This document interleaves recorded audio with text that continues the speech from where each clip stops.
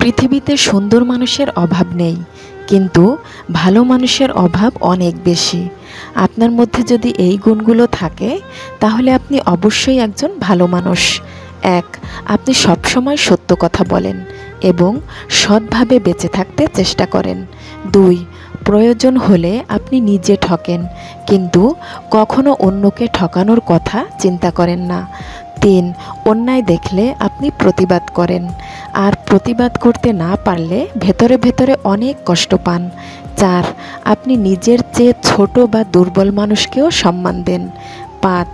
অন্যের কষ্ট দেখলে আপনিও কষ্ট পান এবং তাকে সাহায্য করার জন্যে অস্থির হয়ে ওঠেন। 6.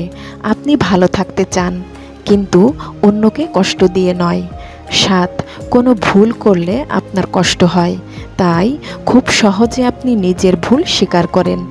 8. আপনি অন্যের সমালোচনা করেন না, কেউ ভুল করলে ক্ষমা করে দেন।